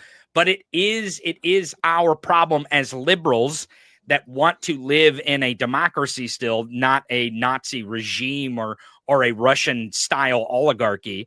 It is our responsibility to make sure that we do whatever we can to get that message out there and to say those things. And I'll just say one more thing before I leave. I want to repeat this because I think it bears repeating. Republicans are full on fascist. There's no question. And Democrats are too busy debating decorum to do anything about it. That's one of the problems that we have. It's one of the major problems. Again, not all Democrats, but sadly, leadership for the most part, and a lot of others. But the leadership reflects the troops. And I hope that the new DNC chair emerges as someone who has a voice in the party. I'm actually skeptical and just that it won't happen because I haven't heard anything from the very first message. They're not doing a very good job of putting anyone out there at all. That's why Sherry Jacobus's idea of Mayor, and I would call him because he's Mayor Pete, but Jonathan, to your favorite word and one of my favorite words, I think he could be the mayor of FU. If I will. Maybe that would be good. So I would suggest that Democrats stop debating decorum, maybe put someone like Mayor Pete, the mayor of FU, out there in front of people and start messaging to the great American working class and talk about the kitchen table. Stop talking about culture wars and get the war on greed started. That's why I literally, again, one of the things I began this with, talking about that sort of environmental situation down on Florida Beach. There could be no clear, defining line between billionaires and everybody else. They dump the crap in there. They get the executive order right at the beginning of the Trump administration saying if you're worth $1 billion or you invest $1 billion, you can get around EPA regulations. And here's where we are. Nobody can swim there. Jonathan, it's nice to meet you. I do have to go though. I'm getting messages, so I got to go. Cliff, it's good to see you again, and I'm glad I stuck. I'm glad I stuck around. We'll see you guys soon. And audience, take it easy. Take care of these guys. They're special, allegedly. Allegedly, yeah. All right, Jonathan, me and you. So you talk more, I talk less, which is tell me about one or two other pieces you're working on. Some interesting stuff you got going on.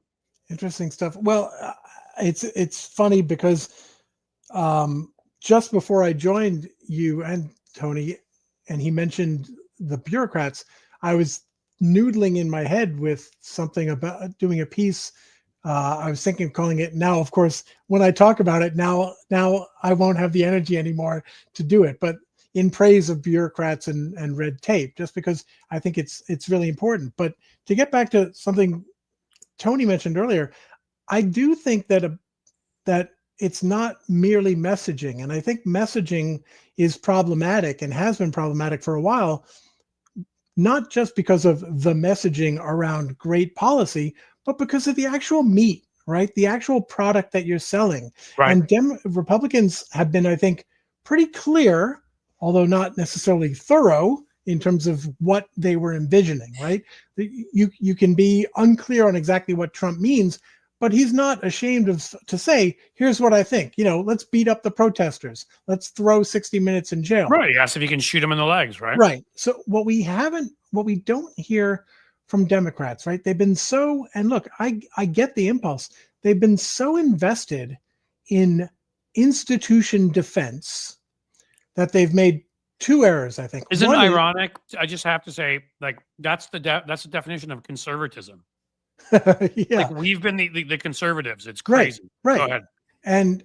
But they've been so committed to defending institutions that they've utterly forgotten their own history of complaints with those institutions, right? There are lots of concerns about the FBI actually being politicized. It's not like it got worse after Hoover. The head of the New York office also was arrested. What's his name? What was his name? McGonigal, whatever. Oh, yes. I mean, he was after he left. Right. Yeah. But look, but also, if anyway, you can say this about lots of different institutions. The media, I having worked in cable TV quite a long time and broadcast TV news as well, I don't think they have like the partisan agendas everyone assumes they have, but they do have biases in how they perceive the world and how they decide to talk about it, right? So this is something I actually wrote about at TFN, the effing news, if I can say that. You absolutely can. Okay. I encourage you to. Is that, they send people to DC to cover the White House. So Trump says something and boom, the story is Trump said a thing. And, right. And that's how we see it. But that's because of the essentially arbitrary decision to cover the world that way. Trump's thing might actually be ethnic cleansing. That should figure just as heavily into the coverage. You'd hope. Yeah. One would hope. But also, like, if you listen to, I think the first time when he was asked about, we're talking about Gaza here, when he was talking about moving people out of Gaza, ethnic cleansing, the people around him are all White House reporters, and they're all asking not one of them asked that question, I don't believe. They're all asking like process questions, like, are you planning to talk about this with the King of Jordan? I've talked about it with a lot of my media criticism, so I don't believe here, that like in some whole, conspiracy that, oh my God, they're all right wing. If you've worked in any kind of a office atmosphere, if you've done these kinds of things, first of all, what your boss wants. Second of all, what you need to do to get a promotion. If you're lucky, you know what your boss wants. Sorry?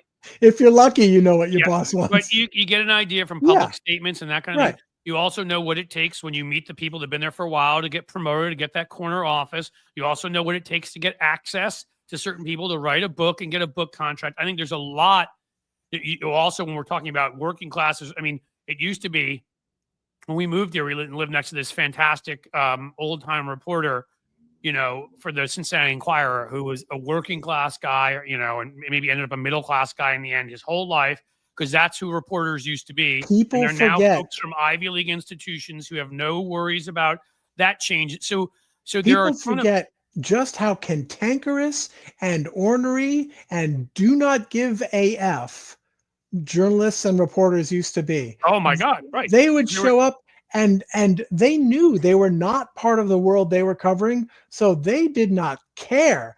They would they were a lot more in sort of their cultural, and I don't mean this in any negative or positive way, just whatever, in their cultural kind of demeanor, they were more like firefighters or policemen and women than they were like, people at a country club. And now they're more like people at a country club. And so, upsetting the apple cart, you've got more to lose. You're not as hungry. You want to get that promotion. You care but also about you were prestige. never outside that system. You were never the guy on the outside looking in through the glass. Correct. You were always an insider. And again, look, I come from this, I don't like to be a hypocrite. I come from that kind of a world. I'm okay with it. I'm sorry? I said I'm okay with it, but go ahead. Well, but that's why, and it's funny because people, I was talking to a certain friend of ours earlier, common friend of ours who put us on a text chain, and he was laughing about it because I was saying, I feel like it gives me some more license because I should be sitting here defending all of it. Meanwhile, there are people that I literally went to school with that I'm attacking constantly. Yeah. You know what I mean? Like, I mean, who've ended up at some of these outlets. And again, that's why I feel like I have some insight into what motivates them. Because I know what the newsletters are. I know what the so-and-so who graduated so-and-so has accomplished this and what they care about and whatever. And again, their priorities are screwed up and all in the wrong place. I'm glad my parents or whatever the hell else, I give them credit for bringing me up in a different way.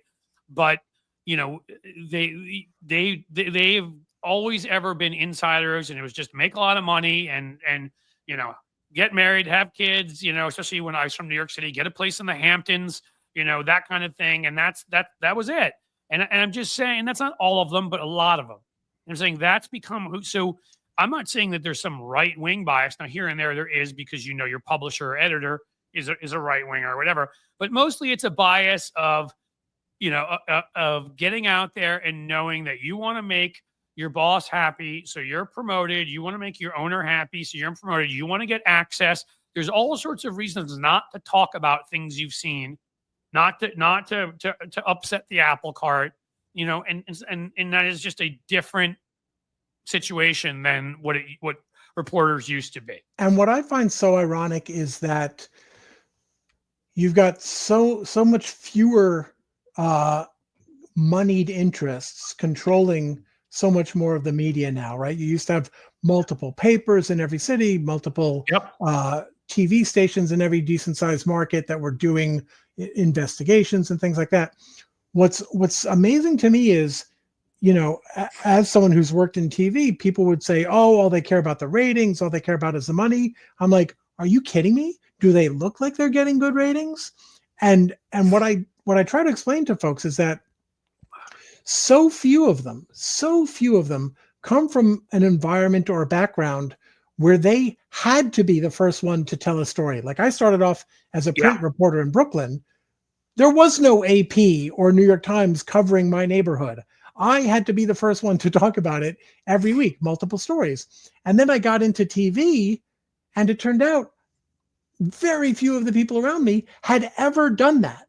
So the only way they knew how to be sure that a story was newsworthy, but also that they could defend choosing it to their boss, was if it was in the New York Times or later on Huffington Post.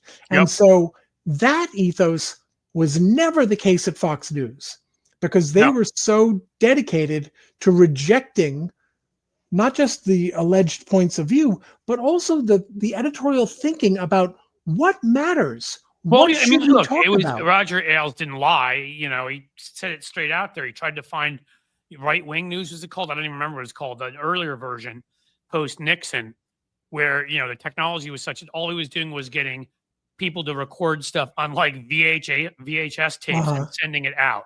Oh, I His didn't know idea that. from the beginning was, and he accomplished it. Let's make. He never wanted another Republican being thrown out the way Nixon was during Watergate. Right. He blamed the media, and it was that we are going to create our own media, and that was always the goal. And he got there with Fox right at the right time when they were deregulating where you could own things in what markets, and that you could own different types of media, and all these things that we forgot that we had these regulations in place, fairness doctrine. And the reason for them is because when they were put in place, we had seen what had happened in Germany, and we'd seen what had happened in Italy and Japan when certain forces were allowed to get control of most of what people heard. And and it was helpful for Roger Ailes to have a billionaire ready to give him everything he wanted and do everything he wanted. But I love how as a billionaire immigrant, and Elon Musk is a billionaire immigrant. Basically, I mean, Donald Trump, outside of him, the people who may be most responsible for destroying our country right now are billionaire immigrants. Well, my thing is also, and this is kind of mean, but to me, the big concern is less the challenges to democracy and to liberal democracy and representative democracy, and more, what is the state of our safeguards against it? Right? You'll always have people trying to do bad things. Sure. But do you have cops on the beat who will actually protect and defend and serve? That's been the real question. Like, we had Democrats for a year plus tell us that Trump was a fascist and a threat to democracy. And then they violated the 14th Amendment by letting him take office. They couldn't. I mean, they should have proposed legislation. They couldn't have gotten it passed. But yes, they should have proposed legislation. Well, I mean, the Constitution is very unclear about how you're supposed to enforce it. It's just not supposed to happen. So in theory, no Democrat should have gone along with anything that would have countenanced a violation of that I agree. I'm not sure what they could have. I mean, they could have just laid down in a chain or something. But I'm saying, like, if we'd had a majority, at least we could have passed legislation or done something. Yes, absolutely. And it's also, I said that at the time, they should have been much more forthcoming on that. I also, look, man, I've lit into them. I even, with Kamala Harris, as vice president, when we had a majority, again, it's very simple. It's in the Constitution. This is the part about not using power that I talk about. The presiding officer in the Senate makes the rules. The presiding officer, when you are in the majority, is the vice president. When the position of majority and minority leaders and that kind of thing, just like parties, do not exist in the Constitution. They are a construct that we made up. So the simple fact of the matter is that when you see that fascist, you see fascists headed your way, I'm sorry, we're already at a point of break glass in case of emergency. Yeah. Following fake precedent that never really existed, at that point, she should have declared the filibuster unconstitutional. She just should have stood up and said that the rules of this Senate are there, that it is a majority body as was laid out in the Constitution of the United States of America. There's no argument over that. It's very plain language. And at that point, Democrats, think of all the things from voting rights when Democrats were in the majority to background checks on guns, to climate change, to minimum wage, much higher, all the things they could have passed to increase their chances of staying there. And I'm looking at it right now. We're seeing it in New York as another classic example. Like, by dint of a weird city and state law in New York, Kathy Hochul has the power to remove Eric Adams.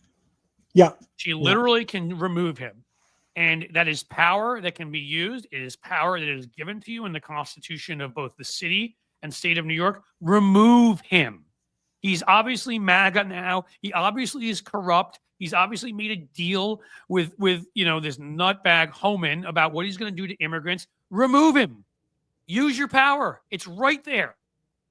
And it was like when I should have thought Biden should have much sooner done that with the Equal Rights Amendment. It was that in the Constitution, there is no time limit there's some BS time limit that Republicans passed in Congress. It is not constitutional. You just declare that right away that the equal rights, and he did it eventually. And so I guess Maybe it'll play out in courts or whatever, but he should have done it a long time before. The ERA is the law of the land. We've gotten the requisite number of states. There is no limit in the Constitution. Therefore, that's what the law of the land is. And this is where Democrats often, our leadership certainly fails, is they will not stand up on, especially on the things where there may be a misbegotten precedent, but it is based on BS. Okay, the debt ceiling was created during World War I because they're worried that we're spending too much money on war. It was a fake construct. Always, it's right there in the Constitution that we have to pay our debt. There should never ever be where we get to, well, what do we have to cut to make Republicans happy for the debt ceiling? No, we just pay our debt. They have no say in this. It's the way it works, and that's the stuff that drives me crazy. Right? Is when we don't use, because it isn't just messaging. It's how it's the fake, comedy, right? ITY of where, we have to have a good relationship and work together. It's the lack of using power. It's all of that added up. The lack of creating our own, infrastructure for media. I mean, there's a lot there. And when you add it all together, it gets us to where we are right now. That's my feeling. Yep. Yeah. Okay, we're done. No. No, I do have to remember. I told you I have that thing, so I have to bail too. Sorry, have to bail too. So no. Jim, you had it up before. If you can get up the Substack for Jonathan. If you won't get demonetized for telling people how to get the newsletter, yeah. I'm willing to take that risk. Is there anywhere else that folks can find you? I'm on Blue Sky under my name, but pretty much Substack is where I'm locked in. You guys should all go follow. He's a brilliant guy, Great guy. I'm sorry, like today, because in the end, and we're all big talkers, having Tony on also. So I'd like to have you back on where anytime. See, you get that right there. CC right here. I found Jonathan on Substack and have subscribed. Aww. So we know we got you at least one new subscriber. That's a start. It's a start. But what I'm saying is I will let's have you back on one of your good pieces, and I'll make sure it's just you and me, and just go off on what you have found, because you. And I'll make sure I can hang for the entire time. Oh, I mean, this is you've been here an hour. We'll just make sure that there aren't three of us, and I'll try to rein in my big mouth. No. It was a great conversation. I enjoyed the three-way, allegedly. Thanks, Cliff. You're fantastic, man. Thanks for being here. Take care. All right. I will. All right, there we go. All right, guys. What else do we have on the agenda? Let's see. So, we can have this out. I don't know if they're all trolls or some of you guys, though, I know, are people who I'm, used to having a pretty friendly relationship with in here, who are accusing me of the clickbait thing. I mean, did I jump too quickly? Maybe. If I did, I apologize. If I made it too much, the "you're fired" thing. It's just such a good, it's Trump, right? That's his little phrase, and that's one of the reasons that I did that. But in the end, like right there in this legal filing, it was leading the Huffington Post and whatever, that he was kicked out of DOGE. So, well, Martin, you can say it's clickbait if you'd like. And you can decide what to do about that. I'll let the people who are here often judge the quality of this show. The people I have on, the stuff I talk about, what I get angry about, what I get when I make jokes, I'll let them judge it by that. But in the end, to me, I still think at this point they're going to have to figure something out, because legally they have dumped him. So in their legal filing, he has been erased from DOGE. So I'm kind of interested to see what happens with that, to be honest with you, because the law of the land still kind of has a thing to it. And the law of the land is you can't say something and then go back on it if you said it in a court document. That's perjury. There you go. Here's my friends. It was an appropriate title. Well, it was an appropriate title, Cliff. He fired him. It just doesn't matter. I agree.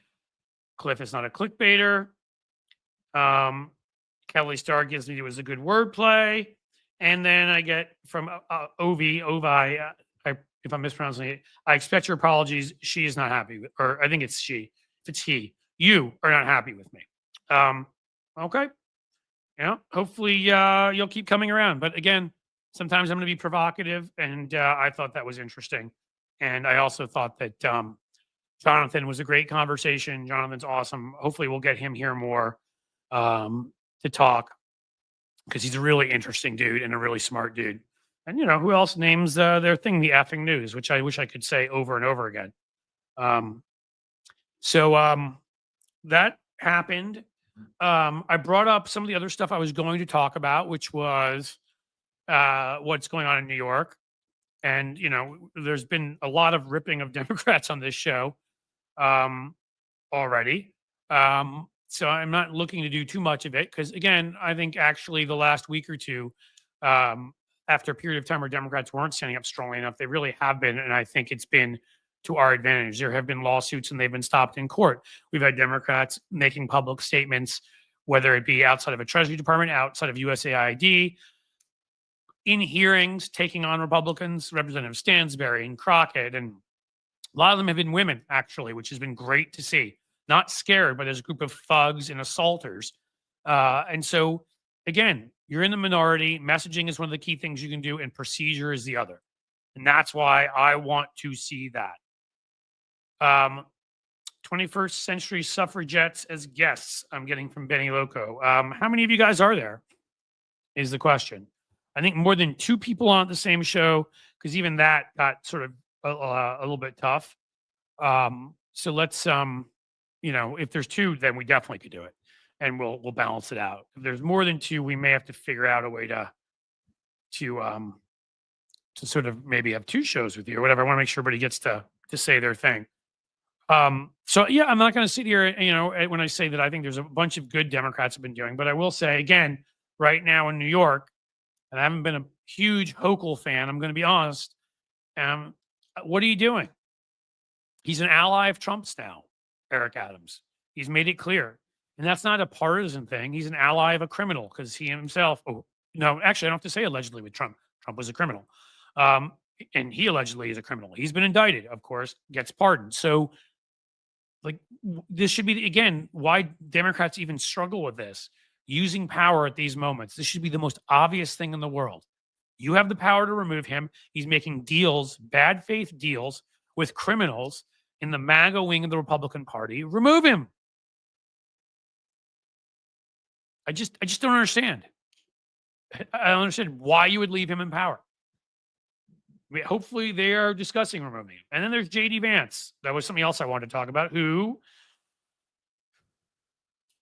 decided to go to Europe. You guys probably all saw, and lectured them, met with the right-wing parties over there, the ones like Elon has endorsed, and lectured them on democracy. When he met with fascist parties, when he met with the parties that would spit on his children for the color of their skin rather than talk to them, which just shows he's maybe the worst father in the world. To be a dad and to objectively make life worse for your children, I don't know what kind of human that makes you, but to also lecture them, this little dorky incel, Peter Thiel-owned loser who has no background, who got the vice president after being 2 years in the Senate, has no background in government. Sure, he wrote some stuff on it, but mostly spent his time in finance. He doesn't know a damn thing about what he's talking about. These countries have been dedicated to democracy. And he's lecturing them. Yes, he can lecture them on democracy, and then how about they lecture him on, let's say, cheese grits? I'm sure they know more about that than he does. Lefty Gramps, my man. Yes, Vance is a disgrace to all humanity. Agreed.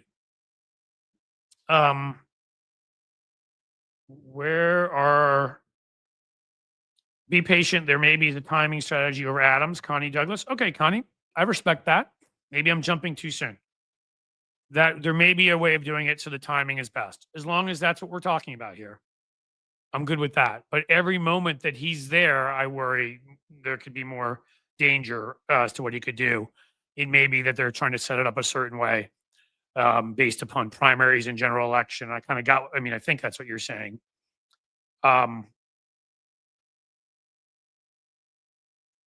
So what else do we have? I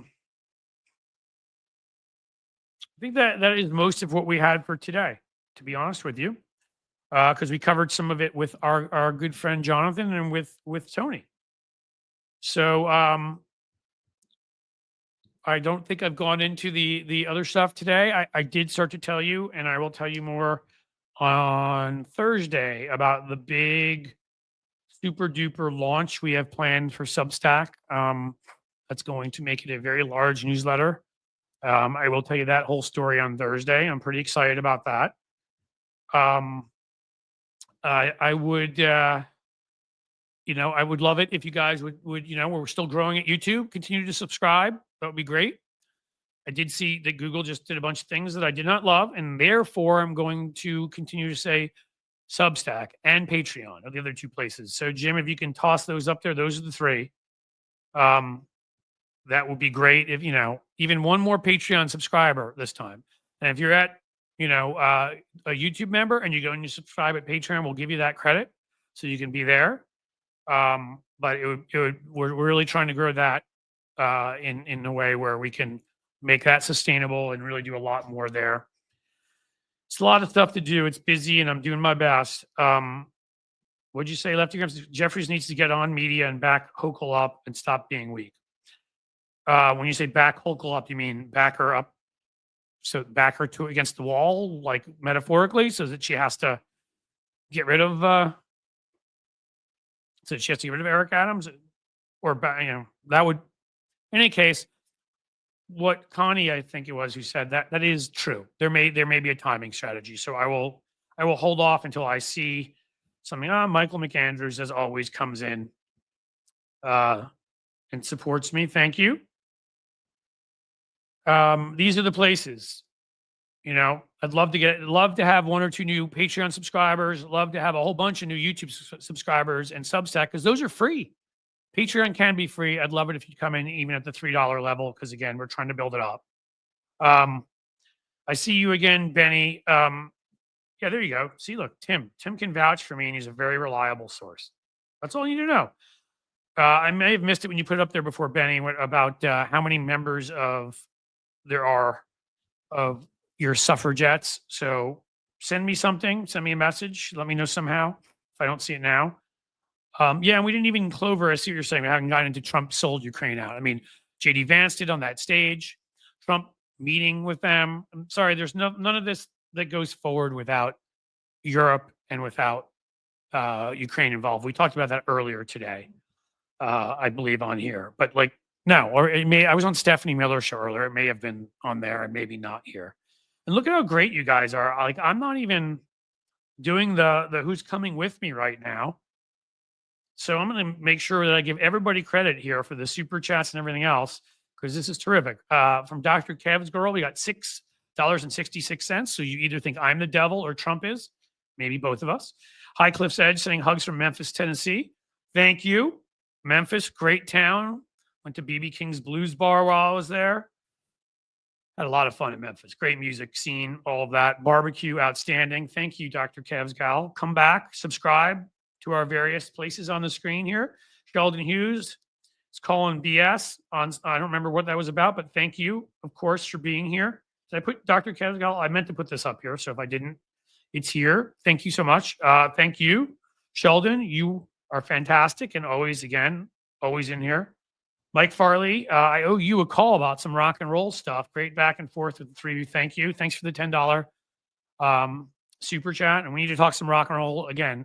It's I hate to use the old Seinfeld, it's not you, it's me, but it really is. I was down in Sarasota over a long break because my mom has some health issues, and the Substack big launch next week. And, it's that one of those times. I've eased up my schedule, but still a lot to do. But I shall be in touch. Sheldon again, Jonathan was a great guest. Thank you. Thank you. We do our best on that front when we can. Told you I will always have people, hopefully, that are good people and who are also know something. I don't want one or the other. I'm gonna have somebody because they're nice who has nothing to offer, and I don't want to have people that know stuff if they suck, unless it's something we really, really need to know. I like the JD Christie with the super sticker. Thank you, 99-cent super sticker. We love it. Hugely helpful. Benny, thank you so much. We already talked about the 21st century suffragettes as guests. When I know how many, we're going to do it. May do it in 2 shows. I am open. And again, would like to just need to watch your show. I need to chat with you first. I need to, when I'm not as busy, like watch, because I can't watch anything right now. So it's nothing personal to your show. I'm not watching like the shows that I go on when I'm not, on there. Because I'm too busy with stuff. But I want to get you on. Just make sure that, I think we're on the same wavelength here. Lefty Gramps, my friend, Vance is a disgrace to all humanity. Moved here, got elected vice president. He just is. He's sickening. He stands for nothing. And when one time, a couple of us, including a reporter, but I debated him on NPR. Like he literally said he was going to hold his nose and vote for Hillary Clinton. Completely different guy, which just shows you he will sell his soul. He's selling his kids essentially. He's selling their future out for his political ambition. Again, these kids will experience a much tougher life. They will have much more racism, much more bullying, because he's making that okay for people to do, to non-white kids like his. Who does that? Who does that?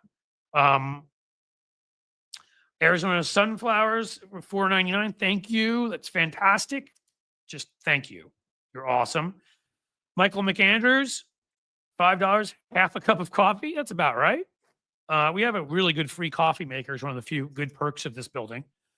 Getting somebody buying naming rights to what is an entrepreneur's kind of bunch of offices, like a kind of a low end WeWork that's owned by the county. But yeah, in my place. And Sheldon Hughes is giving a membership. Sheldon, you're just all over the place today. So that's a lot of good stuff for today. All right, so here you go. So yeah, we are on the way out, but I do think I have to at least, because it's how we end every show, do a who's coming with me. Come on, just one. 99-cent super sticker, Patreon membership, whatever you want to give. I just need one person to come with me. One person. Look at that. I think that's me at Twitch. My Twitch friends here. How about one of you? How about one of my Twitch? I need to get to know you guys. We got Right Said Rob here as a Twitcher. I don't know if that's the right way to put it, but you know what? Sounds kind of cool. So, anybody coming with me? Who's coming with me? Who's coming with me? Don't make me take the goldfish. Don't make me take the goldfish. Isn't it going to be cool eventually when of course, Sheldon jumps in. Sheldon, you're a prince among men, and we'll figure out how to handle that in terms of a few people here getting recognition who've been incredibly supportive. I've got Veronica's helped me out working on like the sort of the graphics that we can show people that are members. So we're going to do that. Will James, 38. Good to see you, my friend. Another one of our Twitch folks. So Sheldon is coming with me. We're good. Matthew Tarpley, I think you are one of a few. I'm sorry. I need to accept your messages on Substack. It's something else I should do. Jesse James thinks I should sing you guys out. Clover's leaving. Thank you for being here. Cliff, I get a big energy hug. So you still like me after you think I clickbaited you? I'll take a big energy hug. Hopefully, if you think that's what I did there, that wasn't really, I'm not a clickbait kind of guy. I can be a guy that likes to play with words, play with images, use stuff, creatively. And I did because of something I read. But if you think that and whatever, we'll think about how we word things in the future. I mean, again, I care what you guys think because I care that you're happy here. It's supposed to be a community for all of us. I don't care about the trolls that came in. Some of them came in and said stuff, but for you folks who've been here for longer, what you think matters to me a lot.